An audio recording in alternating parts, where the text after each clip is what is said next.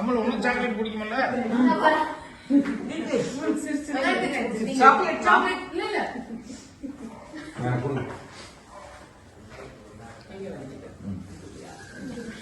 அப்பா கொடு.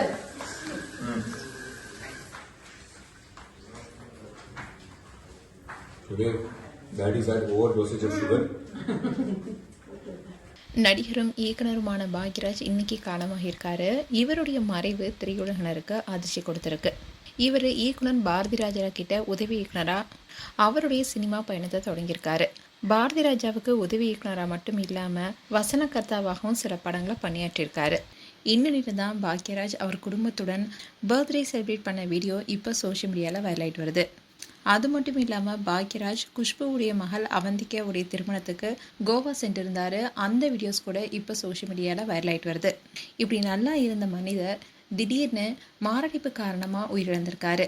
இந்த விஷயம்தான் பலருக்குமே அதிர்ச்சி கொடுத்தது. ஆரம்ப காலகட்டத்தில் 1979 சுவரில்லா சித்திரங்கள் படத்தின் மூலமாக தான் இயக்குனராக அறிமுகமானார் பாக்யராஜ்.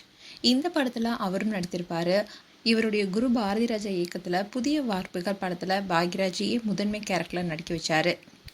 அதுக்கப்புறமா அவருடைய டைரக்ஷனில் இன்று போய் நாளை வா, அந்த 7 நாட்கள், தூரல் நின்று போச்சு, டார்லிங் டார்லிங் டார்லிங், முந்தானி முடிச்சுன்னு அடுத்தடுத்து பல ஹிட் படங்களை தமிழ் சினிமாவுக்கு கொடுத்தாரு.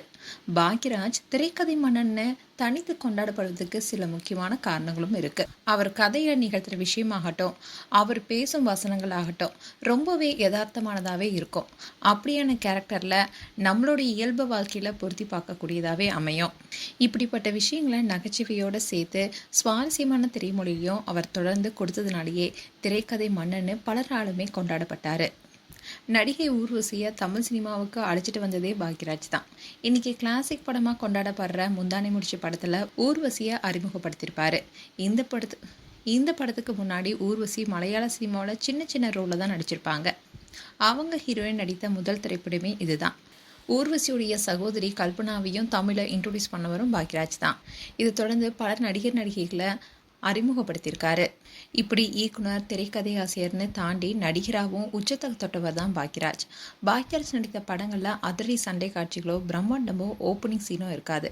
இது எல்லாத்தையுமே தவிர்த்துட்டு ஃபேமிலி ஹீரோவாக உருவெடுத்தவர் தான் பாக்யராஜ். அவருடைய எழுத்தின் மீதுள்ள ஆர்வத்தாலேயே பாக்யா என்ற பேரில் ஒரு வார இதழை கூட தொடங்கினார். இந்த இதழில் வெளிவந்த கேள்வி பதில் தான் இந்த இதழின் முக்கியமான பகுதி. வாசகர்கள் கேட்கும் அத்தனை கேள்விகளுக்குமே அவருடைய பாணியில் இதில் பதில் கொடுத்துட்டு வந்தார். இப்படி இருக்க சொல்லதான் நடிகை குஷ்புவுடைய மகள் அவந்திகாவுடைய திருமணத்தில் கலந்து கொண்டார். அந்த வீடியோ கிளிப்ஸ் இப்போ சோஷியல் மீடியாவில் வைரலாயிட்டு வருது. அதோட அவர் குடும்பத்துடன் சேர்ந்து பிறந்தநாள் விழாவை கொண்டாடியிருப்பார். அந்த வீடியோவும் இப்போ சோஷியல் மீடியாவில் வரலாயிட்டு வருது. இப்படி 2 நாட்களுக்கு முன்னாடி கூட நல்லா இருந்த மனிதர் திடீர்னு மாரடைப்பு காரணமாக இருந்தது தான் பலருக்குமே பேரதிர்ச்சி ஏற்படுத்தியிருக்கு. அதோட அவங்களுடைய குடும்பத்துக்கு இந்த விஷயம் தான் பேரடியை கொடுத்துருக்கு. மேலும் பாக்யராஜ் குறித்து உங்களுடைய கருத்துக்களை கமெண்ட் செக்ஷன் சொல்லுங்கள். இது போன்ற வீடியோஸை பார்க்க நியூஸ் தமிழ் கிட்ஸ் சேனலை சப்ஸ்கிரைப் பண்ணுங்கள். அண்ட் மறக்காமல் நோட்டிஃபிகேஷன் பட்டனை கிளிக் பண்ணுங்கள்.